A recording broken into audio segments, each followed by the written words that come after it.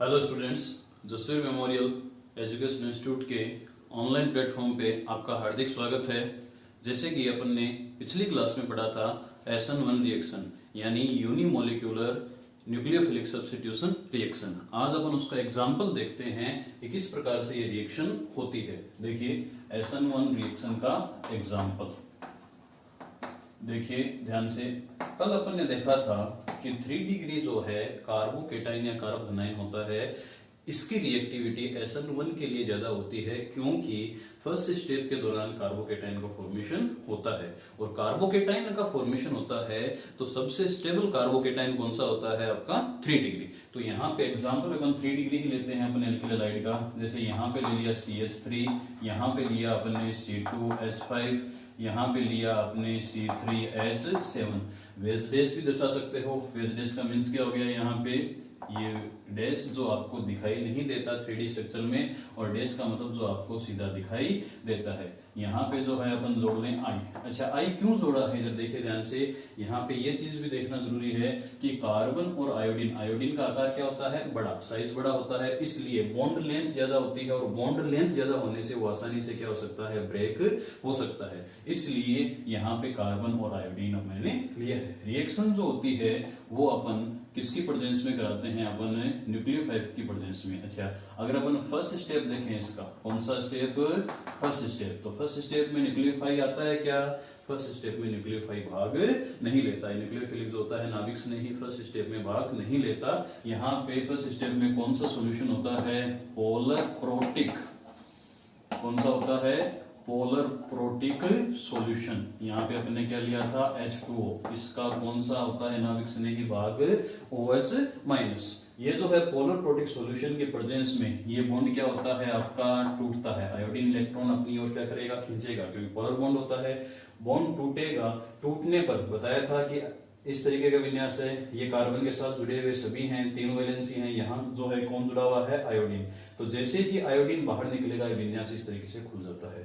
तो इसको कैसे लिखोगे, देखो ध्यान से। यहाँ पे जैसे ये CH3 है, यहाँ कार्बन है ये आपका, और यहाँ कौन है आपका, देखना ये C2H5, और इधर कौन है बताइए, C3H7, और यहाँ कौन सा चार्ज आएगा, पॉजिटिव। कौन सा चार्ज आएगा, पॉजिटिव, क्योंकि यहाँ डोनेट हो गए इलेक्ट्रॉन। अच्छा, अब ये क्या बना है आपका, कार्बोकेटाइन।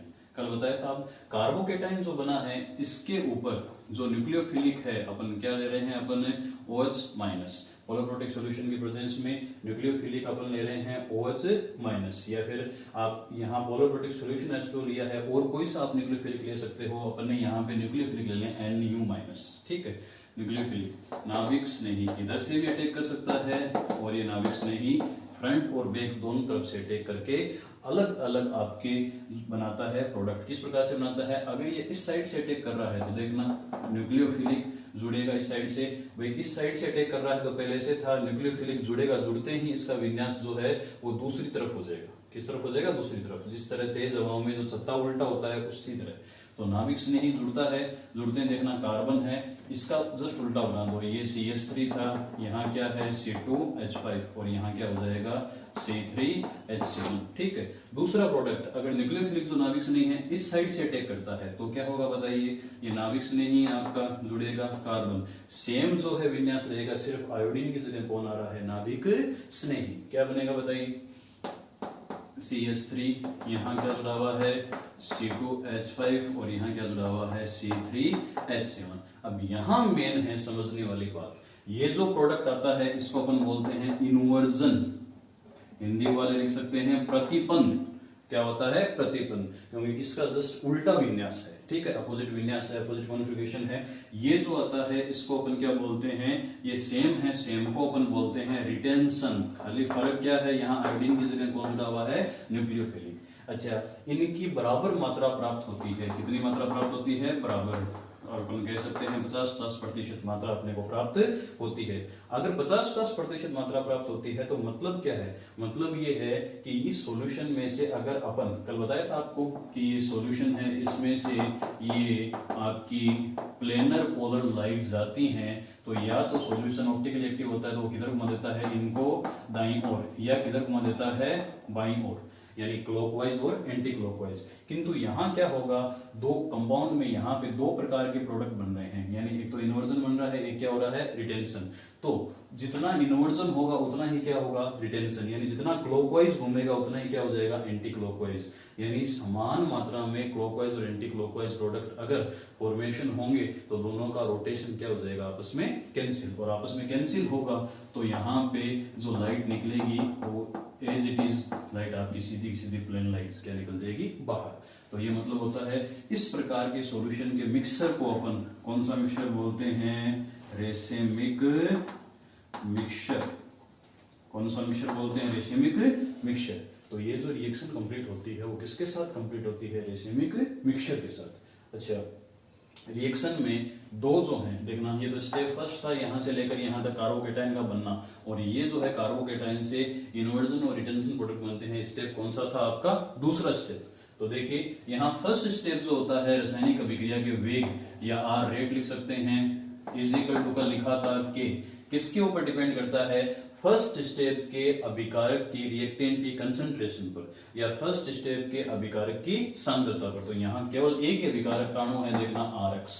कौन सा है, आरएक्स। ये एल्किल समूह है और यहाँ पे क्या जुड़ा हुआ है, हेलोजन। इसलिए इसको अपन कौन सी रिएक्शन बोलते हैं, यूनिमोलिक्यूलर न्यूक्लियोफिलिक सब्स्टिट्यूशन रिएक्शन। तो ये आपकी एक बेसिक सी चीज थी जो मैंने एक एग्जांपल के थ्रू आपको समझाई है। एक चीज और देखते हैं इसमें, देखो ग्राफ प्लॉट करके देखते हैं। ये एनर्जी का है इधर, और इधर अपन लेते हैं रिएक्शन प्रोसेस, रिएक्शन प्रोग्रेस लिख देते हैं, प्रोग्रेस, यानी रिएक्शन चल रही है इधर। देखिए मान लिया रिएक्शन क्या है आपकी, आर एक्स किसके साथ करवा रहे हो, न्यूक्लियोफिलिक के साथ, और यहाँ पे जो है प्रोडक्ट बन रहा है आपका आर न्यूक्लियोफाइल, मतलब न्यूक्लियोफाइल के साथ में न्यूक्लियोफिलिक इसके साथ में क्या हो गया, जुड़ गया। तो रिएक्शन होती है, रिएक्शन बिना एनर्जी के तो हो नहीं सकती, क्योंकि एनर्जी मिलेगी, एनर्जी मिलने से पुराने वाले बॉन्ड क्या होंगे, ब्रेक होंगे। तो पुराने वाले बॉन्ड ब्रेक होके यानी एनर्जी इनको मिलेगी तो नया फॉर्मेशन होना शुरू होगा। मान लीजिए नया फॉर्मेशन, यहाँ पुराने वाले बॉन्ड यहाँ टूटने शुरू हैं, नए बनने शुरू हैं। तो फर्स्ट स्टेप में यहाँ पे बनेगा आपका कार्बोकेटाइन। ये हो रहा है कि फर्स्ट स्टेप जो हो रहा है यहाँ पे क्या बन रहा है, कार्बोकेटाइन। सेकेंड स्टेप में और थोड़ी सी एनर्जी लेके कार्बोकेटाइन किसका फॉर्मेशन करेगा, यहाँ पे कार्बोकेटाइन जो है वो किसके साथ जुड़ जाएगा, आपका न्यूक्लियोफिल के साथ, जो नए बॉन्ड बनाएगा, बनाते ही प्रोडक्ट यहाँ पे बन जाएगा। कहने का मतलब है ग्राफ में जो प्लॉट करना है अपने को, दोनों स्टेप प्लॉट करने हैं, फर्स्ट और ये कौन सा हो गया, सेकंड। फर्स्ट में कार्बोकेटाइन का फॉर्मेशन और सेकंड में यहाँ पे क्या बनता है, कार्बोकेटाइन जो होता है आपका न्यूक्लियोफिलिक के साथ जुड़कर प्रोडक्ट बनाता है। ये आपका इसकी यहां से लेकर यहां तक एनर्जी ई ए फर्स्ट लिख सकते हो, ये ई ए क्या लिख सकते हो, सेकंड में क्या बोल रहा हूं, ई ए है एक्टिवेशन, ई का मतलब क्या है, एनर्जी। हिंदी में सक्रिय ऊर्जा। सक्रिय ऊर्जा किसे कहते हैं कि अभिकारक के अणुओं को सक्रिय करने के लिए या रिएक्टेंट के अणुओं को एक्टिव करने के लिए जिस एनर्जी की आवश्यकता होती है। एक्टिव का मतलब क्या है, पुराने बॉन्ड जो हो रहे हैं ब्रेक हो रहे हैं और नए बॉन्ड का फॉर्मेशन क्या हो रहा है, शुरू हो रहा है। तो मान लीजिए यहाँ पे एनर्जी बढ़ा के यहाँ पे ये प्रोसेस शुरू हुई, प्रोसेस शुरू होकर यहाँ पे कार्बोकेटाइन बना, तो ये फर्स्ट स्टेप, ठीक है। कार्बोकेटाइन बनने के बाद में कार्बोकेटाइन न्यूक्लियोफिलिक के साथ में जुड़ेगा, तो ये सेकंड स्टेप, लास्ट में प्रोडक्ट अपने को प्राप्त होता है। तो ये ऐसा बन के अपने को ऐसे बनाना है। तो ये जो रिएक्शन थी, ये कौन सी रिएक्शन थी आपकी, SN1, जिसके अपन ने एग्जाम्पल लिया है आज।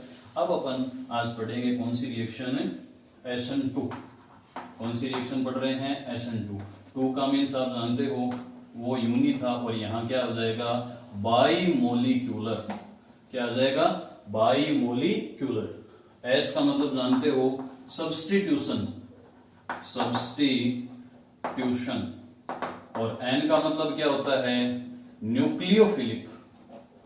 N क्या है, न्यूक्लियोफिलिक। तो पूरा नाम पढ़िए, बाईमोलिक्यूलर न्यूक्लियोफिलिक सब्स्टिट्यूशन। ये अच्छा, यहाँ 2 जो लिया है वो किसके लिए लिया है, 2 यहाँ पे है, यानी यहाँ अभिक्रिया में भाग लेने वाले अणुओं की संख्या कितनी है आपकी, 2।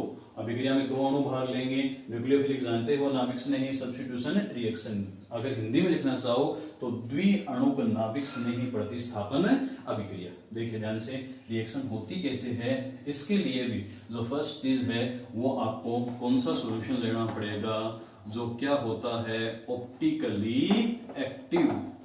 ऑप्टिकली एक्टिव जानते हो, जो प्लेन पोलर लाइट को या तो क्लॉकवाइज घुमा देता है या किधर घुमा देता है, एंटी क्लॉकवाइज। उसको अपन एक्टिवली ऑप्टिकली एक्टिव बोलते हैं। अच्छा, इसके लिए अपने को कंपाउंड किस नेचर का लेना होता है, कायरल, जिसमें कार्बन की चारों वैलेंसी क्या होनी चाहिए, अलग अलग। अच्छा, यहां लेते हैं अपन एग्जांपल इसका, जैसे यहां H जुड़ा हुआ है, ये R है, ये R डैश है, ये एल्किल समूह है, दोनों अलग अलग हैं, इसलिए मैंने R डैश लिखा है यहाँ पे, ठीक है। और यहाँ पे कोई भी जुड़ा हुआ है, जैसे आयोडीन जुड़ा हुआ है, क्योंकि आयोडीन आसानी से बाहर निकलता है, तो यहाँ आयोडीन जोड़ दिया अपन ने, ठीक है।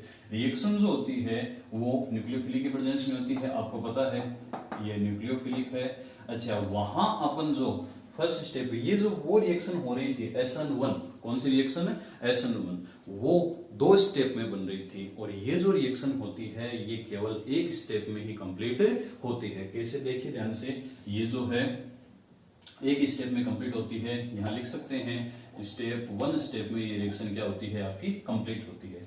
वहां अपन क्या ले रहे थे, पोलर प्रोटिक सॉल्यूशन ले रहे थे फर्स्ट स्टेप में, और यहां पे अपन लेते हैं एप्रोटिक सॉल्यूशन, एप्रोटिक सॉल्वेंट लिख दें अपन, एप्रोटिक सॉल्वेंट। एप्रोटिक सॉल्वेंट का बेस्ट एग्जांपल यहाँ पे एसीटोन होता है, CH3C double bond O CH3, जिसको क्या बोलते हो आप, एसीटोन।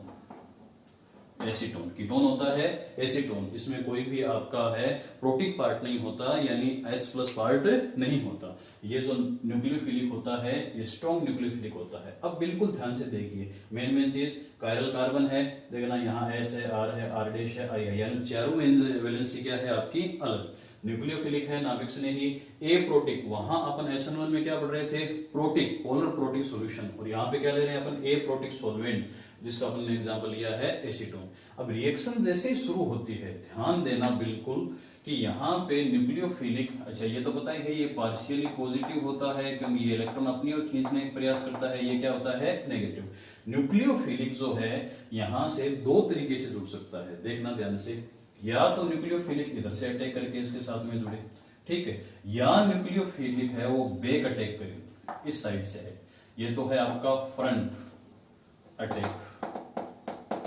कौन सा अटैक है, फ्रंट अटैक, और ये कौन सा अटैक है आपका, बैक अटैक। 2 संभावनाएं हैं यहाँ पे कि फ्रंट भी अटैक कर सकता है और इधर से कर सकता है बैक अटैक। अब दोनों संभावनाओं को अपन देखते हैं ध्यान से कि किस साइड से अटैक आसानी से होता है। देखना, न्यूक्लियोफिलिक पे माइनस चार्ज है, यहाँ आयोडीन पे भी चार्ज क्या है, माइनस। जैसे ही न्यूक्लियोफिलिक अटैक करने के लिए इधर आएगा तो आयोडीन जो है उस पर माइनस चार्ज होने के कारण न्यूक्लियोफिलिक और आयोडीन एक दूसरे को क्या करेंगे, रिपल्शन करेंगे। इसलिए नाभिक स्नेही या न्यूक्लियोफिलिक इस साइड से अटैक नहीं कर पाएगा, इसलिए SN2 जो रिएक्शन है उसमें फ्रंट अटैक नहीं होता। यहां अटैक कौन सा पॉसिबल है, देखिए इधर से आएगा, और बैक अटैक पॉसिबल है क्योंकि इधर जो है माइनस चार्ज वाले कोई भी प्रेजेंट नहीं होते।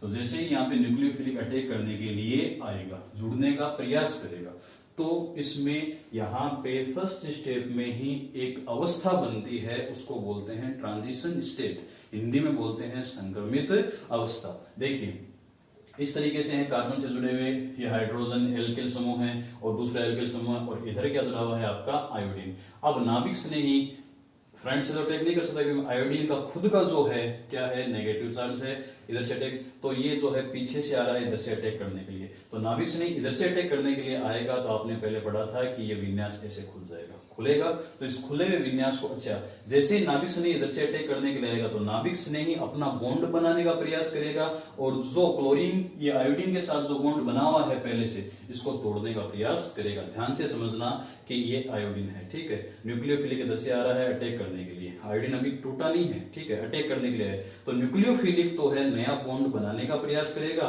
और आयोडीन का बॉन्ड क्या करने का प्रयास करेगा, तोड़ेगा। तो न्यूक्लियोफिलिक जैसे जैसे प्रयास करेगा तो ये विन्यास इस तरीके से क्या होता जाएगा, खुलता जाएगा। तो लिखेंगे कैसे इसको, ध्यान से कि यहाँ पे कार्बन है, यहाँ हाइड्रोजन है, और यहाँ पे क्या जुड़ा हुआ है, कोई एल्किल समूह है, यहाँ पे ये दूसरा एल्किल समूह जुड़ा हुआ है, ये तो जानते हो, ये वेज है जो अपने को आसानी से दिखाई देता है, और वो डैश है जो 3D स्ट्रक्चर में अपने को दिखाई नहीं देता। यहाँ पे देखिए, अच्छा अब नाभिक स्नेही पीछे से अटैक कर रहा है, तो ये अपना नया बॉन्ड बनाने का प्रयास कर रहा है, और यहाँ पे जो पुराना जो है बॉन्ड आयोडीन का तोड़ने का प्रयास कर रहा है। तो अब देखिए बहुत ही अनस्टेबल कार्बन है, क्योंकि यहाँ कौन सी वैलेंसी आ गई बताओ, पेंटावेलेंट कार्बन हो गया। पेंटावेलेंट देखना 1 2 3 4 5 पॉसिबल है क्या? पॉसिबल बिल्कुल नहीं है, इसलिए ही यह अनस्टेबल होता है। ये क्या होता है आपका? अनस्टेबल। बस प्रोसेस समझनी है अपने को कि न्यूक्लियोफिलिक नाभिक से नहीं अपना जो है यहाँ बॉन्ड फॉर्मेशन करता है और CI का बॉन्ड ब्रेक कर रहा होता है। होता क्या है लास्ट में कि ये नाभिक से नहीं तो ये बंध बना लेता है। जैसे ही नाभिक से नहीं इसके साथ बंध बनाएगा ये विन्यास क्या हो जाएगा? उलट जाएगा। जैसे तेज हवाओं में छत्ता उल्टा होता है उसी प्रकार से विन्यास भी क्या हो जाएगा? उलट जाएगा। तो देखना नाभिक से नहीं अपना जब पूरा बॉन्ड फॉर्मेशन कर लेगा, ये न्यूक्लियोफिलिक जुड़ गया, ये कार्बन H उस साइड, ये आपका R और ये क्या हो गया आपका R डैश। अच्छा यहां पे क्या हुआ है बताओ? इनवर्जन और इसको वाल्डन इन्वर्जन भी अपन कहते हैं। वाल्डन इन्वर्जन कंपाउंड अपने को प्राप्त होता है। हिंदी वाले लिख सकते हैं वाल्डन प्रतिपन्न यौगिक प्रोडक्ट के रूप में अपने को प्राप्त होते हैं। तो ये रिएक्शन कौन सी रिएक्शन होती है? SN2। वापिस समझिए बिल्कुल ध्यान से। SN2 रिएक्शन को पहले बाइमोलिकुलर न्यूक्लियोफिलिक सब्स्टिट्यूशन रिएक्शन बताया है। बाइमोलिक्यूलर क्यों कहा है वो भी समझ लीजिए। देखो यहाँ पे रिएक्शन पूरी एक स्टेप में कंप्लीट होती है। तो फर्स्ट स्टेप में देखिए कंप्लीट होती है तो यहाँ कितने जो है आपके मोलिक्यूल काम आ रहे हैं फर्स्ट स्टेप में? अभिकारक के, क्योंकि रेट तो अपन लिखते हैं किसके लिए लिखते हैं बताओ? इजिकल टू के। कल समझाया था आपको, समानुपाती लगाते हैं, प्रपोर्शनल लगाते हैं, वो प्रपोर्शनल बाहर निकलता है तो कांस्टेंट लगता है के किसके बराबर होती है बताओ? अभिकारकों की सांद्रता के। अभिकारक इसको अपन RX लिख सकते हैं और यहाँ कौन है बताओ? NU भी प्रेजेंट है, लेकिन SN1 में फर्स्ट स्टेप में न्यूक्लियोफिलिक उपस्थित नहीं होता, इसलिए वेग में वहां केवल एल्किल हैलाइड लिखते हैं। बाइमोलिकुलर तो अभिक्रिया का जो वेग है, रेट है, वो किस पे डिपेंड कर रही है बताओ? 2 मोलिक्यूल पे डिपेंड कर रही है, एल्किल हैलाइड नाभिक से नहीं। इसलिए इसको अपन क्या बोलते हैं? बाइमोलिक्यूलर। बात समझे ध्यान से। अब वापस रिएक्शन को देखिए। ये ऑप्टिकली एक्टिव है, कायरल कार्बन है, नाभिक से नहीं है, ये नाभिक से नहीं, फ्रंट अटैक पॉसिबल नहीं है क्योंकि इस पे भी माइनस चार्ज है, इस पे भी कौन सा चार्ज है? माइनस चार्ज है। ये किधर से अटैक करेगा? Back attack. बैक अटैक करेगा जैसे ही तो यहाँ पे एक ट्रांजिशन स्टेट जिसको संक्रमित अवस्था बोलते हैं। SN1 में क्या बन रही थी आपका? कार्बोकेटाइन, जबकि यहाँ पे क्या बनता है आपका? Transition state. ट्रांजिशन स्टेट जो होती है वो बहुत ही अनस्टेबल होती है क्योंकि पेंटावेलेंट है, पंच संयोजी कभी कार्बन नहीं होता। तो यहाँ पे नाभिक से नहीं। अच्छा ये तो सिर्फ दर्शाने के लिए अपन ने लिखा है कि यहाँ न्यूक्लियोफिलिक जुड़ रहा होता है और कार्बन और आयोडीन का बॉन्ड टूट रहा होता है। तो यहाँ पे लास्ट जो प्रोडक्ट बनता है वो इन्वर्जन कंपाउंड बनता है, यानी जो बेसिक आपका रिएक्टेंट था उससे उल्टा विन्यास है। तेज हवाओं जैसे छत्ता खुल जाता है वैसे देखना ये इस तरीके से था और ये उल्टा खुल गया न्यूक्लियोफिलिक के जुड़ते ही। तो यहाँ क्या होता है? वाल्डन इन्वर्जन कंपाउंड आपको प्राप्त होता है। तो ये आपकी बेसिक सी बात थी। अच्छा वहां अपन ने जो रिएक्टिविटी पढ़ी थी SN1 में, यानी सबसे ज्यादा रिएक्टिव कौन होता है? 3 डिग्री, क्योंकि कार्बोकेटाइन बनता है। यहाँ रिएक्टिविटी का ऑर्डर क्या होगा कि कौन सा जो है आपका सबसे अधिक एल्किल हैलाइड रिएक्टिव होता है? SN2 के लिए। किसके लिए? SN2 के लिए। तो देखते हैं अपन सबसे ज्यादा रिएक्टिव कौन होता है। एग्जाम्पल के तौर पे देखिए ध्यान से, यहाँ पे अपन अच्छा देखिए नाभिक से नहीं किधर से अटैक कर रहा है? पीछे से अटैक कर रहा है, यही दिख रहा है अपने को।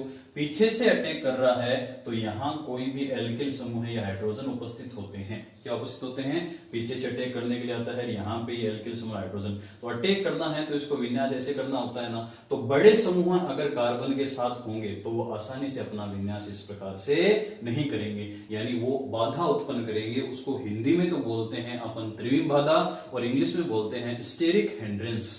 यानी वापिस समझना, न्यूक्लियोफिलिक जो है अटैक करने के लिए आ रहा है। यदि कार्बन से जुड़े हुए जो आपके समूह हैं आकार में बड़े होंगे तो वो आसानी से अपना विन्यास इस प्रकार से नहीं कर पाएंगे। वो क्या करेंगे? न्यूक्लियोफिलिक के जोड़ने का विरोध करेंगे। उसको अपन बोलते हैं त्रिविम बाधा या इंग्लिश में बोलते हैं स्टेरिक हिंड्रेंस। समझना ये नाम है स्टेरिक हिंड्रेंस और हिंदी वाले लिख लो त्रिविम बाधा। एग्जाम्पल के तौर पे समझाते हैं अपन। 3 डिग्री अगर हो तो ये CH3 CH3 CH3 और ये आपका हैलाइड, ठीक है। 2 डिग्री हो तो ये CH3H और ये यहाँ पे हैलाइड। 1 डिग्री हो तो यहाँ पे CH2 और यहाँ पे क्या जुड़ा हुआ हो, अक्स, और CH3 अक्स, ये अपन एग्जाम्पल लिए हैं, ध्यान से देखो। अपन को किसको जोड़ना है, न्यूक्लियोफिलिक अटैक करने के लिए आएगा। तो मुझे बताइए न्यूक्लियोफिलिक जब अटैक करने के लिए आएगा तो आसानी से अटैक किस पर कर सकता है, या आप ऐसे बना सकते हो H और ये H। तो बताइए इधर से अटैक करने के लिए आओगे तो यहाँ बड़े 3 एल्किल समूह हैं जो आसानी से अपना विन्यास नहीं खोलेंगे, ठीक है, यानी त्रिविम बाधा उत्पन्न करेंगे, स्टेरिक हिंड्रेंस उत्पन्न करेंगे। ये न्यूक्लियोफिलिक आसानी से किसके साथ जुड़ सकता है बताओ, इसके साथ, जिसमें इधर भी हाइड्रोजन है, इधर भी हाइड्रोजन है, इधर भी हाइड्रोजन है, कार्बन के साथ तीनों हाइड्रोजन है। हाइड्रोजन जो है वो इतनी अधिक त्रिविम बाधा उत्पन्न नहीं करते क्योंकि वो आकार में क्या होते हैं, छोटे छोटे समूह होते हैं, वो इतनी अधिक त्रिविम बाधा उत्पन्न नहीं कर सकते, आसानी से न्यूक्लियोफिलिक के साथ जुड़ते हैं, अपना विन्यास परिवर्तित कर लेंगे। इसलिए यहां जो रिएक्टिविटी का ऑर्डर होता है, न्यूक्लियोफिलिक आसानी से किसके साथ जुड़ता है बताइए, CH3X, उसके बाद में 1 डिग्री, 2 डिग्री और 3 डिग्री, ये रिएक्टिविटी ऑर्डर होता है। जबकि SN1 में क्या था बताइए, 3 डिग्री, 2 डिग्री, 1 डिग्री और CH3X, वहां कार्बोकेटायन फॉर्मेशन हो रहा था और यहाँ पे स्टेरिक हिंड्रेंस यानी त्रिविम बाधा होती है। उसके अकॉर्डिंग अपन रिएक्टिविटी देखते हैं कि आसानी से SN2 रिएक्शन कौन देगा, तो स्टेरिक हिंड्रेंस। अब अपन इसका ग्राफ प्लॉट करते हैं, किस प्रकार से अपन इसको दिखा सकते हैं। तो देखिए ध्यान से, इसको मैं इसको यहाँ मिटा रहा हूं, यहाँ ग्राफ प्लॉट करके आपको दिखा दूं, देखो ध्यान से। देखिए वही चीज क्या होगी, एक्टिवेशन एनर्जी और यहां रिएक्शन प्रोग्रेस, रिएक्शन क्या हो गई, प्रोग्रेस, ठीक है।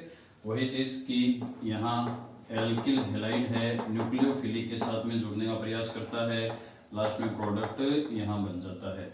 तो ये रिएक्शन कितने स्टेप में कंप्लीट होती है, एक स्टेप में। कितने स्टेप में, एक स्टेप में। तो यहाँ अपन ग्राफ प्लॉट करेंगे, वो एक स्टेप में यहाँ कंप्लीट करेंगे। यहाँ पे जो है आपकी एक स्टेट बनेगी जिसको अपन कौन सी स्टेट बोलेंगे, ट्रांजिशन स्टेट। समझाऊंगा, ध्यान से देखना।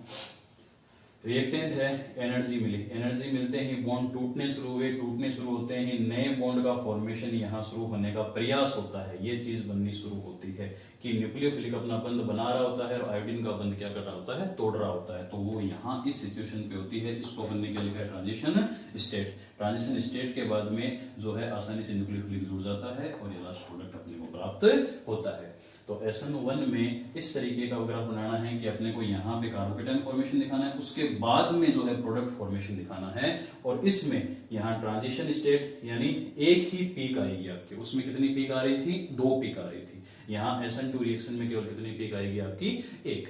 तो देखिए ध्यान से, ये थी आपकी SN2 रिएक्शन, बहुत आसान है। वापिस रिवाइज कीजिए, ऑप्टिकली एक्टिव कंपाउंड लेते हैं जिसमें कायरल कार्बन प्रेजेंट होता है। न्यूक्लियोफिलिक जो है आपका फ्रंट अटैक नहीं कर पाता क्योंकि ये जुड़ा हुआ जो आपका हाइड्रोजन समूह है ये भी नेगेटिव होता है, न्यूक्लियोफिलिक भी क्या होता है आपका, नेगेटिव। इसलिए जो आपका न्यूक्लियोफिलिक है वो किधर से अटैक करता है, बैक अटैक करता है। बैक अटैक जैसे करता है ये इस तरीके से खुलते हैं, तो यहाँ पे न्यूक्लियोफिलिक जुड़ा होता है और यहाँ पे हाइड्रोजन जुड़ा होता है।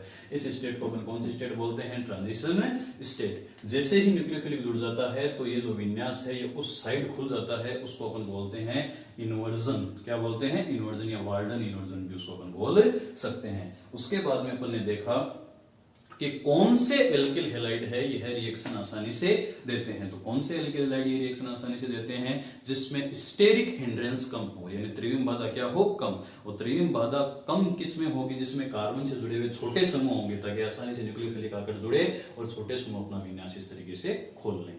यानी स्टेरिक इफेक्ट सबसे कम किसमें होगा, CH3X में। और सबसे ज्यादा स्टेरिक इफेक्ट यानी सबसे ज्यादा समूह किसके साथ जुड़े होंगे, 3 डिग्री। तो क्रम उल्टा हो गया ना। देखिए यहाँ SN1 में अपन ने क्या पढ़ा था, 3 डिग्री कार्बोकेटायन की स्टेबिलिटी से पढ़ रहे थे, 3 डिग्री, 2 डिग्री, 1 डिग्री CH3X। और यहाँ पे क्या हो गया, CH3X हाईली रिएक्टिव होता है रेस्पेक्ट टू SN2, फिर 1 डिग्री, 2 डिग्री और 3 डिग्री। ये जो अपन ने पढ़ा है आज, कौन सी रिएक्शन पढ़ी है, SN2 रिएक्शन। अब देखिए अपन, अच्छा ये प्लॉटिंग पढ़ी अपन ने, वहां 2 पीक आती है और यहाँ पे कितनी पीक आती है, 1 पीक।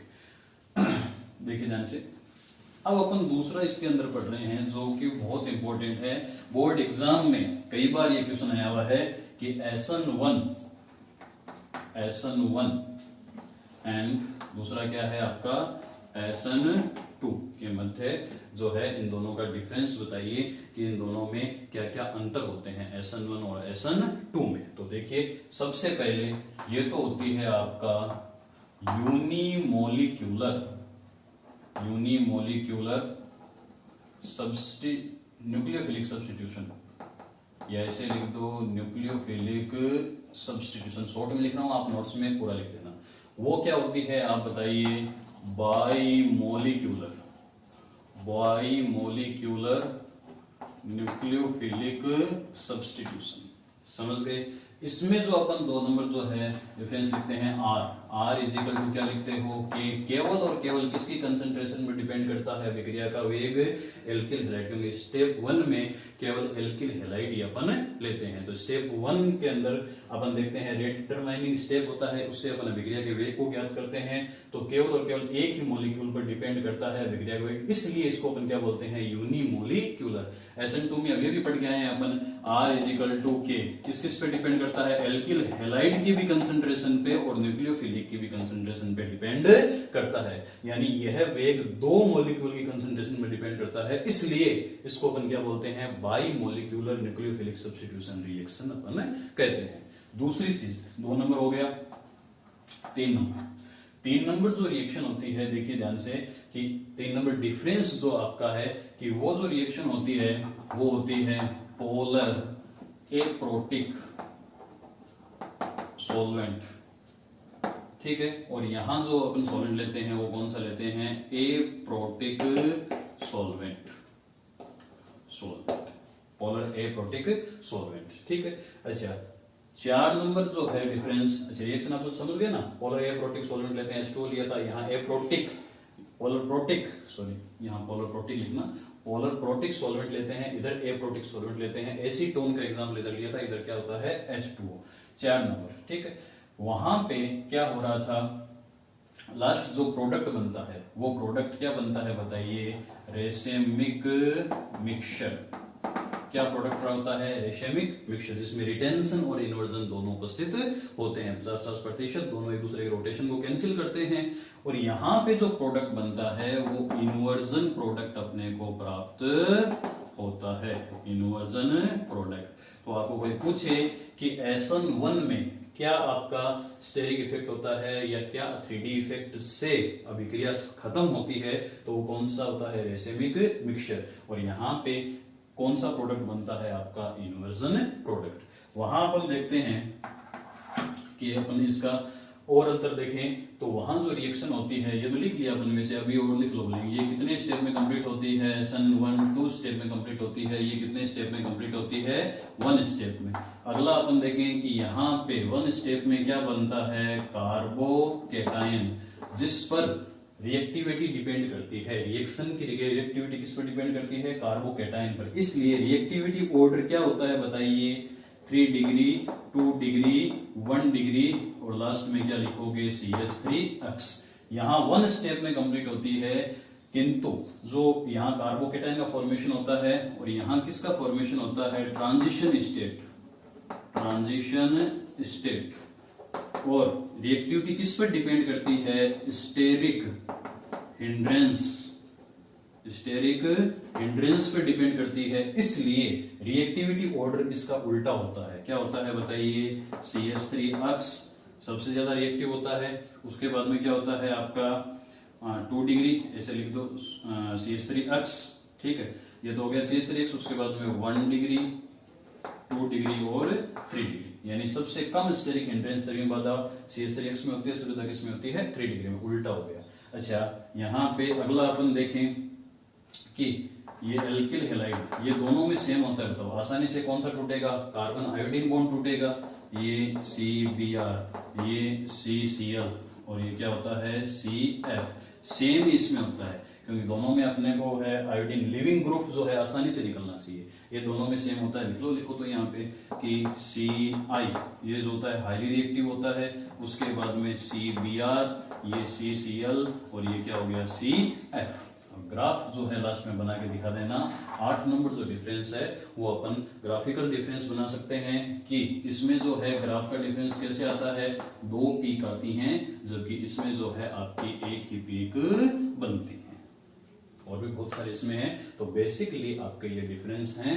तो अपन ने आज जो टॉपिक पढ़ा है वो पढ़ा है, पहले तो SN1 जो है रिएक्शन है उसका एग्जांपल लिया था, उसके बाद SN2 को बिल्कुल क्लियरली आपको समझाया है, उसके बाद अपन ने आज पढ़ा है SN1 एवं SN2 में मेजर डिफरेंस। नेक्स्ट टॉपिक जो अपनी अगली रिएक्शन है एलिमिनेशन रिएक्शन, वो अपन नेक्स्ट क्लास में पढ़ेंगे। धन्यवाद।